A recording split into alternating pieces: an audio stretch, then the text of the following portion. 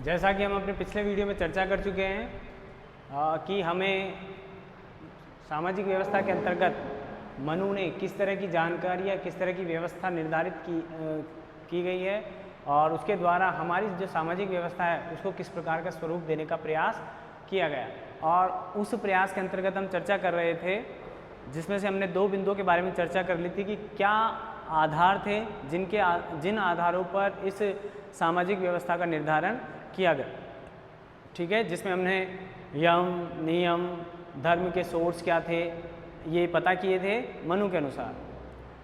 जिस तरह आज हमारे संविधान को हमारे यहाँ किसी भी कानून का सोर्स माना जाता है, मुख्यतः इस लोकतंत्रात्मक व्यवस्था में हमारा जो मुख्य सोर्स है वो है संविधान।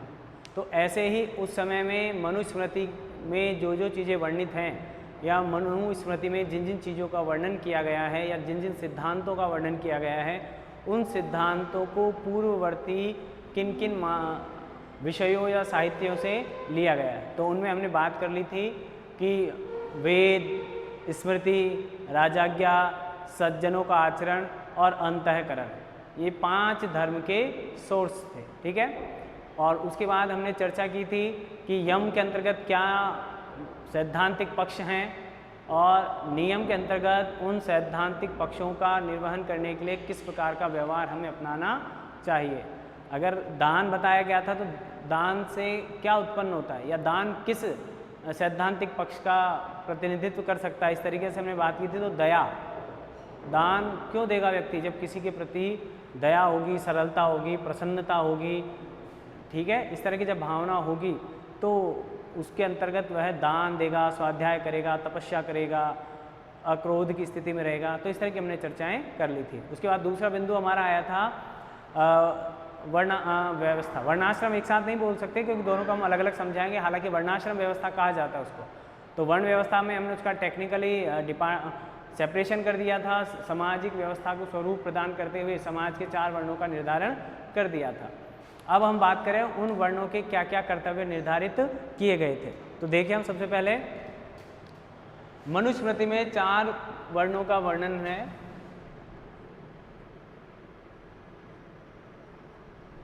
मनुस्मृति में 4 वर्णों का वर्णन किया गया है। ठीक है, उन 4 वर्णों के बारे में हमने बात की थी कि वे चारों वर्ण क्या क्या कार्य करेंगे, इसका भी विशिष्ट मनु ने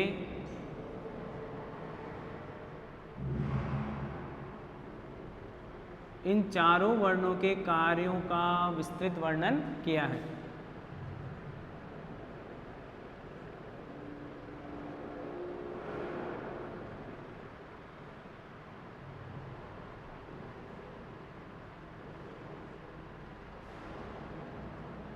ठीक है,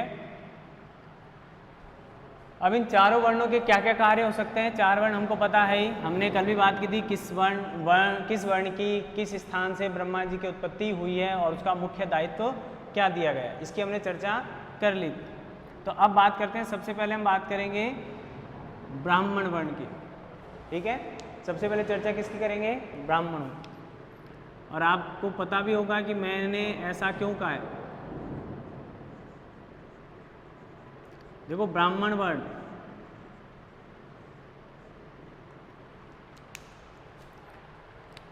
चारों वर्णों में सर्वोच्च स्थान प्राप्त था ब्राह्मण को।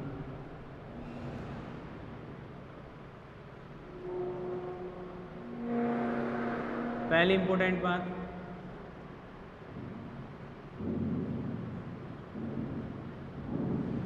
ये कौन कर रहा है? मनु।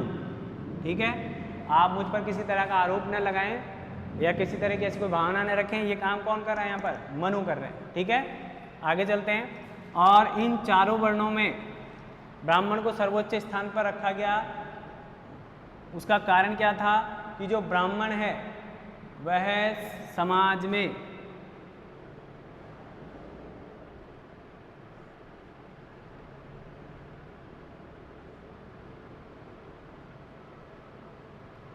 व्यवस्था स्थापित करने,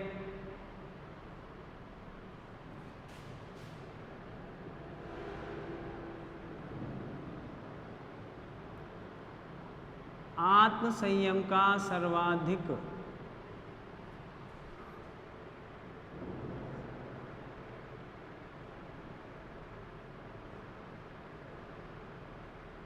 यानी आपने किसी ब्राह्मण को उस समय अमीर नहीं देखा होगा। अमीर इसलिए नहीं देखा होगा क्योंकि वह आत्म संयम का प्रदर्शन करता था, यानी वह भोग या विषयों के प्रति अनासक्ति की भावना रखता था। संग्रह की भावना उसमें नहीं होती थी और संग्रह की भावना नहीं होने के कारण ही वह इन विषयों में लिप्त नहीं होता था, यानी निर्लिप्त रहकर कार्य करता था। यानी उच्च नैतिक, आगे और देखिए,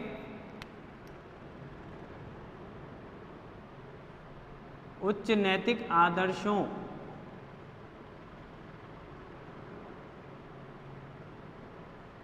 वह मूल्यों की स्थापना करता था।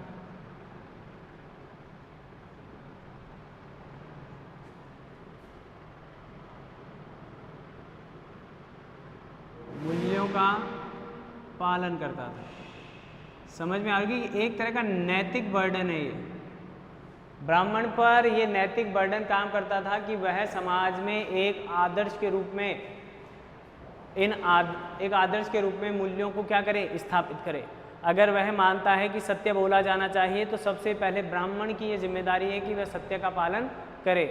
अगर ब्राह्मण कहता है कि मूल्यों के प्रति अनासक्ति की भावना, अनासक्त होना चाहिए, तो ब्राह्मण पर नैतिक दायित्व था कि वह इन भोग या विषयों के प्रति अनासक्त भाव से कार्य करे।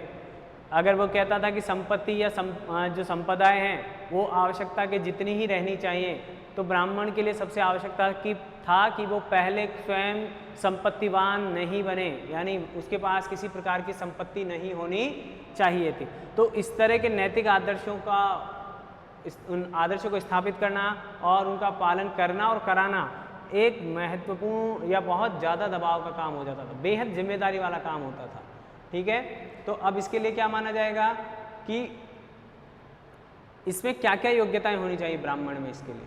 ठीक है, तो देखिए मैंने कहा धर्म का संरक्षक और निर्धारक था। ब्राह्मण क्या था? धर्म संरक्षक व निर्धारक।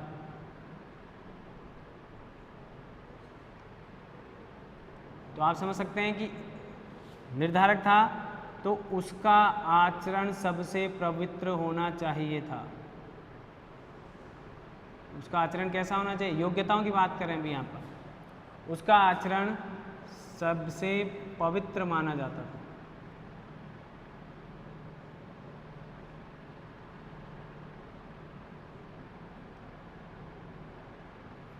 यानी जो आचरण ब्राह्मण ने कर दिया विषयों के प्रति, वह सबके लिए क्या हो जाता था? आदर्श हो जाता था। ठीक है, अब इसके लिए एक और बात करते हैं। तो आचरण को सबसे पवित्र माना गया है, तो इसके लिए ब्राह्मण को ज्ञानेंद्रियों और कर्मेंद्रियों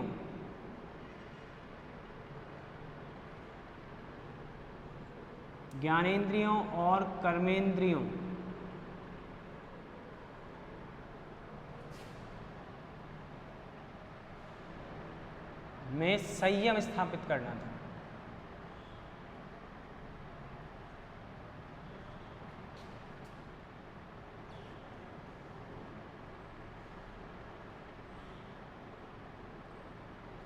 ठीक है, अब मैं आपको बता देता हूं ये ज्ञानेंद्रियां क्या होती है और कर्मेंद्रियां क्या होती है।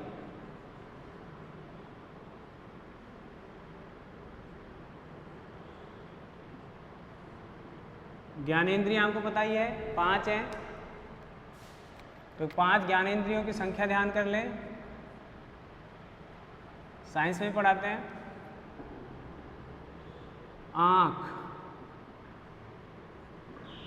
नाक, कान, जीभ और चर्म। अगर मनु की बात करें तो चर्म, और वर्तमान समय की बात करेंगे तो त्वचा। ठीक है, इनके बीच में संतुलन बनाना। और कर्मेंद्रियां,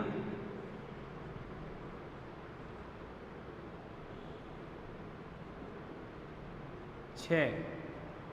कितनी है कर्मेंद्रियां? 6। कौन कौन सी हैं?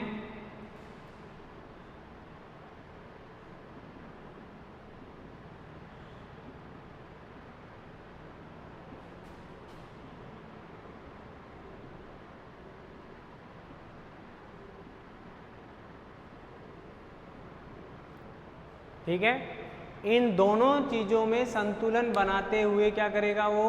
संयम स्थापित करेगा। संयम किन में? इन 11 चीजों में। इन 11 चीजों में टोटल क्या करेगा वो? संयम स्थापित करेगा, यानी इनको नियंत्रित करने का प्रयास करेगा। क्योंकि व्यक्ति के सुधरने और बिगड़ने में ये 11 चीजें ही सहायक भी हो सकती हैं और बाधक भी हो सकती है। तो इन योग्यताओं को जब वो अर्जित कर लेगा या इन योग्यताओं में जब अपने आप को स्पष्ट कर देगा, प्रूव कर देगा, तब उसके दायित्व में किस तरह का परिवर्तन आएगा वो देखते हैं हम। तो अब आगे क्या करना है? अब उसके कार्य होंगे। क्या होंगे? इसके लिए कार्य होंगे। अब ब्राह्मण को क्या दिया गया है? सर्वोच्च स्थान। यहां भी लिखा है हमने। दोबारा लिखने का कारण भी आप समझ जाएंगे। ब्राह्मण को क्या था? सर्वोच्च स्थान प्राप्त था।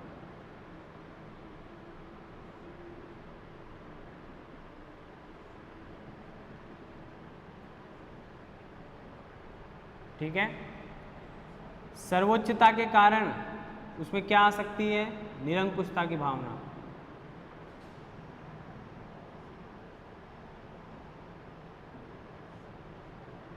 निरंकुश हो सकता है। ब्राह्मण क्या हो सकता है? निरंकुश हो सकता है।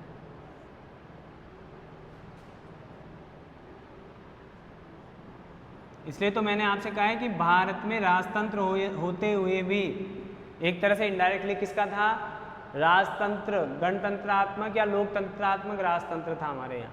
तो उसका कारण क्या है कि ब्राह्मण सर्वोच्च पद पर है, लेकिन फिर भी क्या नहीं हो सकता? वो निरंकुश नहीं हो पाएगा। क्या नहीं हो पाएगा? निरंकुश। ठीक है, अब निरंकुश नहीं होने के लिए, क्योंकि देखो ब्राह्मण को अवध्य माना गया है, ब्राह्मण और गाय को क्या माना गया है? अवध्य माना गया है। अवध्य मानने का मतलब क्या हो गया कि उसकी क्या नहीं की जा सकती? हत्या नहीं की जा सकती। इतनी सहूलियत या इतनी फैसिलिटी दी गई है, सर्वोच्च फैसिलिटी, यानी उसकी हत्या तो हो वो किस में बदल सकता है? निरंकुश हो सकता है। और ब्राह्मण निरंकुश होगा तो धर्म या जो धर्म का जो संरक्षक है, निर्धारक है, उस तत्व का क्या उठा सकता है? वो बेनिफिट उठा सकता है, फायदा उठा सकता है, या हम कहते हैं गलत फायदा उसका उठा सकता है।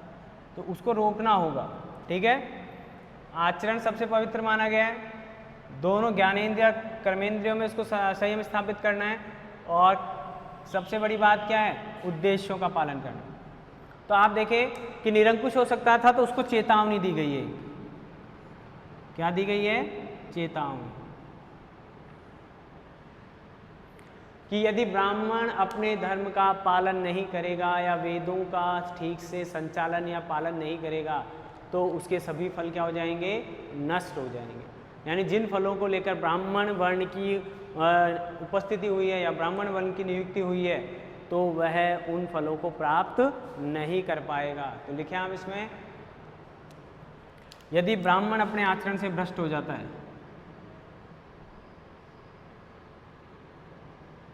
यदि ब्राह्मण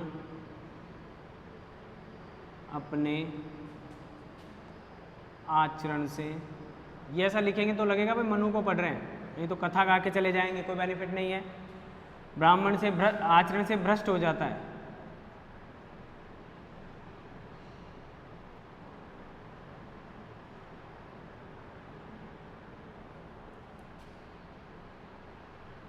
तो वह वेदों से प्राप्त फल नष्ट हो जाए, तो उसका वेदों से प्राप्त फल नष्ट हो जाता है। जो वेदों में फल लिखा गया है ब्राह्मण वर्ण के लिए कि ब्राह्मण वर्ण अगर अच्छे से काम करेगा तो उसको किस फल की प्राप्ति होगी, वो फल क्या हो जाएगा? नष्ट हो जाएगा। तो वेद फल क्या हो जाता है? नष्ट हो जाता है। तो अब ये चेतावनी क्या करेगी? उस ब्राह्मण को नियंत्रित करने का काम करेगी अगर वो भ्रष्ट हो जाता है। तो निरंकुश हो सकता है क्या ब्राह्मण? जब उस प्रशासन का राजा ही निरंकुश नहीं हो सकता तो क्या ब्राह्मण निरंकुश होगा? बिल्कुल नहीं हो सकता। होगा तो उसका जो वेद फल है या वेदों में जो वर्णित फल है ब्राह्मण वर्ण के लिए, वो फल क्या हो जाएगा? नष्ट हो जाएगा।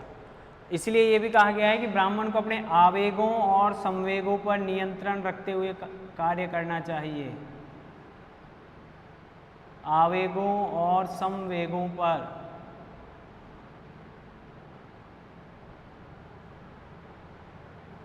नियंत्रण रखते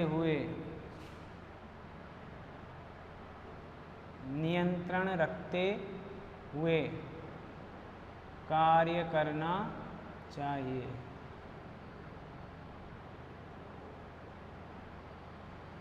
ठीक है, ये चेतावनी के साथ। अब जो उसके मन में आ सकती है, आवेग का मतलब इच्छाएं, संवेग थोड़ी समय के लिए जो स्थिति बनती है, क्रोध, ईर्ष्या, जलन, ये जो इस तरह की आलस या किसी पर अत्याचार करने या किसी भी तरह की जो दुर्भावनाएं हैं, उन पर क्या रखना चाहिए? नियंत्रण। प्रशंसा से प्रसन्न हो जाता है ब्राह्मण, थोड़ी सी प्रशंसा कर दीजिए, आप प्रसन्न हो जाए। तो इस तरह की जो व्यवस्थाएं हैं उन पर ब्राह्मण को क्या रखना चाहिए? नियंत्रण स्थापित करना चाहिए। ठीक है, अब ये जो व्यवस्था मैं आपको बता रहा हूँ, ये सारी आपके क्या आएंगी? काम आएंगी। आप ब्राह्मण के जगह पर बैठ कर देखिए या ब्राह्मण की जगह अपने आप को रखिए। मैं बार बार कहता हूँ आपसे, जिस व्यक्ति को आप पढ़ें या जो भी टॉपिक पढ़ें, आप उस जगह अपने आप को स्थापित भी कीजिए, वहाँ अपने आप को रखिए। ब्राह्मण, अगर आप समझते हैं कि आप टीचर हैं या ब्राह्मण हैं, शिक्षक और गुरु में बहुत फर्क होता है। देखो, शिक्षक आपको पर्टिकुलर किसी विषय की शिक्षा देगा, लेकिन गुरु आपको सभी विषयों की शिक्षा देते थे पुराने समय, प्राचीन काल में। या जब वेद पढ़ने के लिए जाते थे, जंगल में पढ़ने जाते थे बालक, तब वो मात्र शिक्षा नहीं, गुरुकुल में रहते थे। और गुरुकुल में वो हर प्रकार के संबंधित वर्ण के जो आवश्यक चीज़ें थी उनका अध्ययन करते थे। ठीक है ना? तो उस आवश्यक वर्ण को आप रखेंगे ब्राह्मण वर्ण की जगह अपने आप को, तो आप समझ पाएंगे कि आज अगर कहीं भी क्या ब्राह्मण पर नैतिक दबाव अत्यधिक है। जब स्कूल कॉलेज में ब्राह्मण होते थे, तब आज जो घटनाएं घट रही हैं तो वैसी घटनाएं नहीं घटा करती। लेकिन आज व्यवस्थाएं थोड़ी सी बदल गई हैं, यानी हमारे समाज में जो वर्णात्मक जो व्यवस्था थी उसके पतन के कारण हमारे समाज का नैतिक पतन भी हो चुका है। समाज का क्या, राष्ट्र का क्या, विश्व में भी इस प्रकार का नैतिक पराभव या नैतिक पतन हो चुका है। मानवता का या चारित्रिक पतन हो रहा है, धीरे धीरे और ज़्यादा विकट परिस्थितियाँ उत्पन्न हो रही हैं। ठीक है, उनको देखेंगे। अब जो इसका मेन कार्य था वो मैं बता देता हूँ आपको। कार्य जो है वो देखें। कार्य देखिए आप, वैसे तो आपको पता है क्या कार्य हो सकते हैं ब्राह्मण के।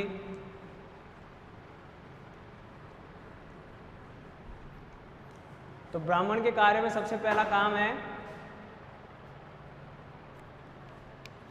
जो भी मैंने बताया था, कार्य उच्च आदर्शों की स्थापना करना। खुद तो पालन करना ही पहले, तो उसके दायित्वों में, और उससे पहले क्या करेगा वो? उच्च आदर्शों की स्थापना करेगा। अब स्थापना करने के लिए क्या करेगा?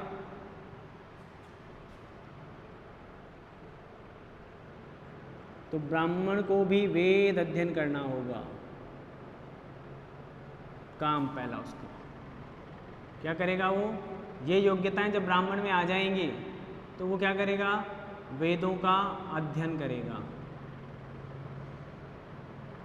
स्थापना करने हेतु, उसको और अच्छा लिख सकते हैं हम, स्थापना करने हेतु ब्राह्मण किसका अध्ययन करेगा? वेदों का अध्ययन करेगा। ठीक है, वह वेदों का अध्ययन करने के बाद क्या करेगा? इस अध्ययन से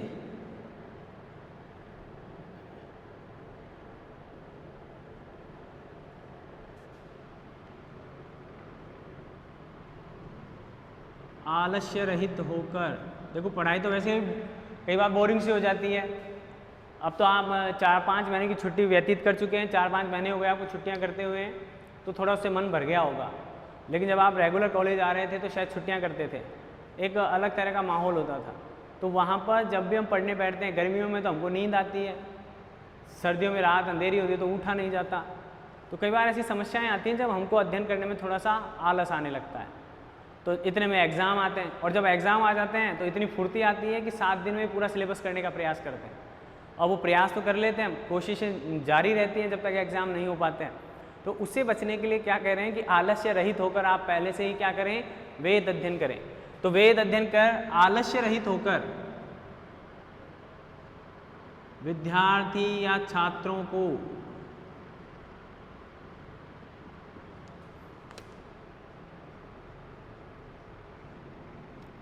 को वर्णानुसार, 3 ही वर्ण पढ़ पाते थे, वर्णानुसार वेद अध्ययन कराना,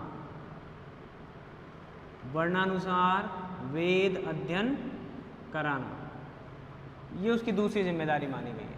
मतलब मेन कार्य है, खुद तो पढ़े, यानी अध्ययन कार्य खुद के लिए भी रखा गया है ब्राह्मण के लिए, और वेद अध्ययन करने के बाद वह उन छात्रों को भी पढ़ाए जिनके वर्ण के अनुसार उनको काम दिया गया। अर्थात क्या करना, उस वेद अध्ययन के सार को सुपात्रों तक पहुंचाना।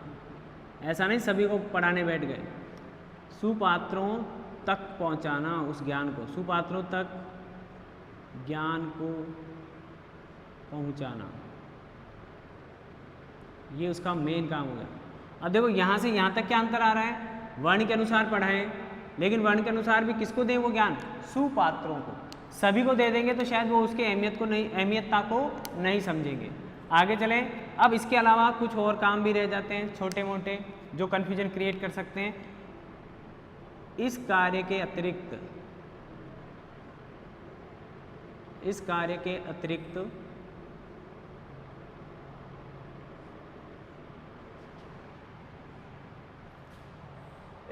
अतिरिक्त अब देखिए पहला कन्फ्यूजन,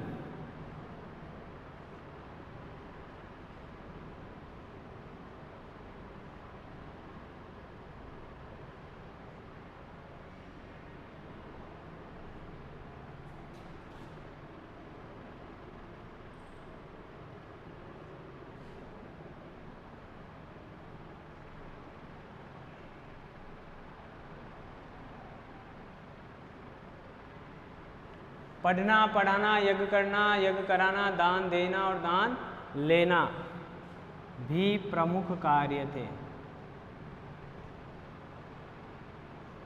देखो जैसे मैं लिख रहा हूं, जैसे समझा रहा हूं, उसको समझते चलें। ये सारे, अब आपका अध्ययन, अब यहाँ पर आप समझ सकते हैं कि मैंने जो बात की है, पहली बात तो क्या कि हमने उच्च आदर्शों की क्या की जाएगी, स्थापना की जाएगी। सेकंड बात क्या कर रहे हैं कि वेद का अध्ययन करेगा, कौन करेगा, ब्राह्मण करेगा, चाहे उसका मन हो या नहीं हो, उसकी तबीयत खराब हो, उसको आनंद नहीं आ रहा हो, उसको इंटरेस्ट नहीं आ रहा हो, उसको बोरिंग लग रहे हो वेद अध्ययन, तो भी क्या करना है, उसे वेद अध्ययन करना जरूरी होगा। और वेद अध्ययन करके क्या करे, वेद अध्ययन कर लिया, अब उसको क्या करे, विद्यार्थियों छात्रों को वर्णानुसार वेद अध्ययन कराए, खुद पढ़े और दूसरों को पढ़ाए, आलस नहीं करे उसमें। आपने देखा है कि बोलने का ज़्यादा था उसमें, वहाँ पर स्मृति पर आधारित थी, मेमोरी के आधार पर एजुकेशन होती थी। ऐसे नहीं बुक ले गए, बैठ गए, पढ़ ली और याद हो गई, फिर एग्जाम के समय पढ़ ली, कम पढ़ गई तो सीरीज लाकर पढ़ लिए, पासबुक लाकर पढ़ लिए, बुक लाए नहीं लाए, इससे कोई ऐसा नहीं था। आपको वो बोलकर बताते थे, आप उसको मेमोराइज करते थे, मेमोराइज करके उसको रटना तो मैं कह रहा हूँ आज की आदत हो गई, लेकिन रटने का नहीं, उसका विश्लेषण करते थे और ब्राह्मण ही उसको सुपात्रों तक पहुँचाते थे। ठीक है। और इसके अलावा अब यहाँ पर आ रहा है पहला पढ़ना और पढ़ाना। अब मैंने कहा यहाँ पर वेद अध्ययन, वेद अध्ययन के बाद अलावा और भी बहुत सारी पढ़ाइयाँ वहाँ करनी पड़ती थी। कहने का मतलब सिर्फ वेद अध्ययन ही नहीं था, वेद अध्ययन के अलावा और भी पढ़ाइयाँ थी जो वहाँ भाषा की जानकारी लेना, स्थानीय भाषा को पढ़ना, गणित, विज्ञान, जो भी जैसी भी अन्य जो पढ़ाइयाँ थी उनको पढ़ना, अन्य विषयों को पढ़ना। वेद अध्ययन के अलावा भी क्या करना, और जो विषय हो सकते थे उनको पढ़ना। आप भी पढ़ते होंगे, टेक्स्ट मैसेज पढ़ते हैं या कोई अन्य प्रकार के मैसेज पढ़ लेते हैं, पढ़ाई कर रहे हैं, पढ़ रहे हैं, व्हाट्सएप पे, फेसबुक पे, इन पे पता नहीं पढ़ते हैं नहीं पढ़ते, लेकिन इंटरनेट का प्रयोग करते हैं आप पढ़ने के लिए। अब वहाँ पर वेद पढ़ते हैं, बुक्स, सिलेबस की बुक्स के अलावा और जो कुछ भी आप पढ़ते हैं जो आपको यूज़फुल लगता है, वैसा ही यूज़फुल चीज़ें ब्राह्मण भी पढ़ता था और पढ़ाता था वेद अध्ययन के अलावा। यानी सिलेबस से बाहर जाकर भी कई बार कुछ चीज़ें पढ़ाई बताई जाती थी, उनका क्या करना, अध्ययन करना। दान करना, दान लेना, यज्ञ करना और कराना, ये सब भी ब्राह्मण के अन्य कार्य थे। अभी जब आश्रम चलेंगे तो पता लगेगा ये क्या क्या काम आ रहे हो, ठीक है। तो ये हमारे पहले वर्ण के कार्य क्या हो गए हैं, संपन्न हो रहे हैं, और सर्वाधिक समय हमें इसी में लगेगा क्योंकि ये क्या है, समाज को दिशा और दशा देने वाला वर्ण है, वर्ग है। ये जैसा नेतृत्व करेगा, जैसी नेतृत्व क्षमता इसकी होगी समाज को दिशा देने की, वैसे ही पूरा समाज या पूरा राष्ट्र उसी दिशा में आगे बढ़ेगा।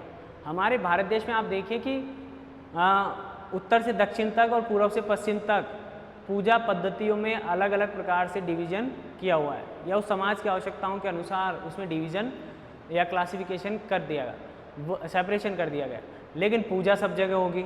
ये कॉमन चीज़ भारत को बांध कर रखती है, ठीक है।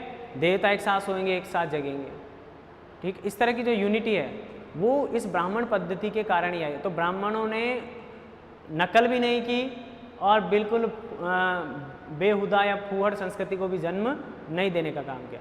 भारत का एकीकरण किया, सांस्कृतिक रूप से एक किया। आज भारत के जो जयपुर के जो प्रसिद्ध मंदिर हैं उनमें से एक मंदिर का नाम है गोविंद देव जी का मंदिर। वहाँ बंगाल के पंडित जी आकर पूजा करते हैं, तो यानी वहाँ के पंडित जी यहाँ पूजा कर रहे हैं, यहाँ के पंडित जी दक्षिण में जाते हैं, दक्षिण के पंडित जी उत्तर में आ रहे हैं। तो उस समय मंदिर मुख्य एक संस्था थे या मुख्य नियंता थे व्यवस्थाओं का या धर्म की स्थापना करने में। तो ये चारों आश्रम हैं, शंकराचार्य ने अलग मठों की स्थापना की। तो इस तरह की जो हमारी व्यवस्था थी, इस ब्राह्मण वन के माध्यम से अध्ययन को करवाना, वेदों को पढ़ाना, वेदों के पढ़ने के बाद उसको इम्प्लीमेंट करने के तरीके अलग हो सकते हैं, लेकिन उनका मूल आधार क्या था, वेद ही थे। इस तरह भारत की जो मूल व्यवस्था है उसमें यूनिटी स्थापित करने का काम किया किसने, इन पहले वर्ण ने। या तीनों जो वर्ण हैं इनके अलावा उन तीनों वर्णों में भी यूनिटी या सामंजस्य या सहयोग को स्थापित करने में काम किया ब्राह्मण वर्ण, ठीक है। क्योंकि इसके बाद जो व्यक्ति बचते हैं वे व्यक्ति किसी भी तरह से या वे वर्ण जो हैं वो किसी भी तरह से आपस में विवाद खड़े नहीं करें और उन विवादों का उचित प्रकार से निपटारा हो, या यह व्यवस्था स्थापित की गई थी सभी वर्णों के। आगे चलें, मैंने ये लिखा नहीं है, हालांकि ब्राह्मण की उत्पत्ति कौन से अंग से हुई ब्रह्मा जी के, वो हुई थी, बोलिए किससे हुई, मुख से। तो सबसे पहले मुख को ही देखता है वो, सबसे पहला ध्यान कहाँ जाएगा, चेहरे पर जाएगा। तो हमने चेहरे की बात कर ली कि चेहरा कैसा होना चाहिए, ठीक है। मुंह दिखाई कर लिया हमने अपने इन वर्णों में पहले वर्ण की। अब आगे बढ़ते हैं। दूसरा वर्ण था हमारा क्षत्रिय वर्ण, इनमें बी लिख दूं मैं, क्षत्रिय।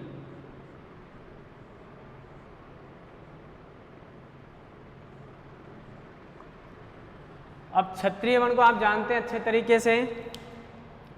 सबसे पहले तो ध्यान कर लें, ये बात आपको लिखनी है, मान लो याद हो जाए तो भी ठीक है, 2-3 बार लिख दोगे तो कोई दिक्कत नहीं। इसकी उत्पत्ति या इस वर्ण की उत्पत्ति ब्रह्मा जी के भुजा या हाथ, कई लोग इसमें भी मुझे पूछते रहते हैं सर भुजा या हाथ, ये कंधे से लेकर आपकी उंगलियों तक का कार्य है, ठीक है ना। ये आपके कंधे मजबूत होंगे तो ही आप तलवार संचालन कर पाएंगे ढंग से, मेरा ये मानना है। हाथ मजबूत होने के लिए ये मजबूत हो, तो यहाँ से लेकर यहाँ तक का जो पोर्शन है कंधे से और उंगलियों तक का, उस पोर्शन की बात करें, वहाँ से किसकी उत्पत्ति हो रही है, क्षत्रिय वर्ण की, ठीक है।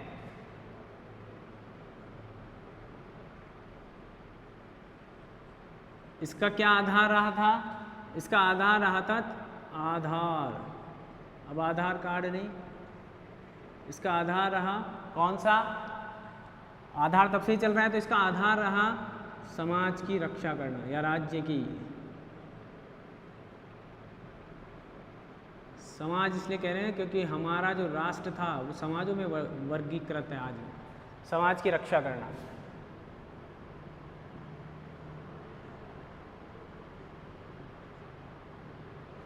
अब इसकी योग्यताओं की बात करें,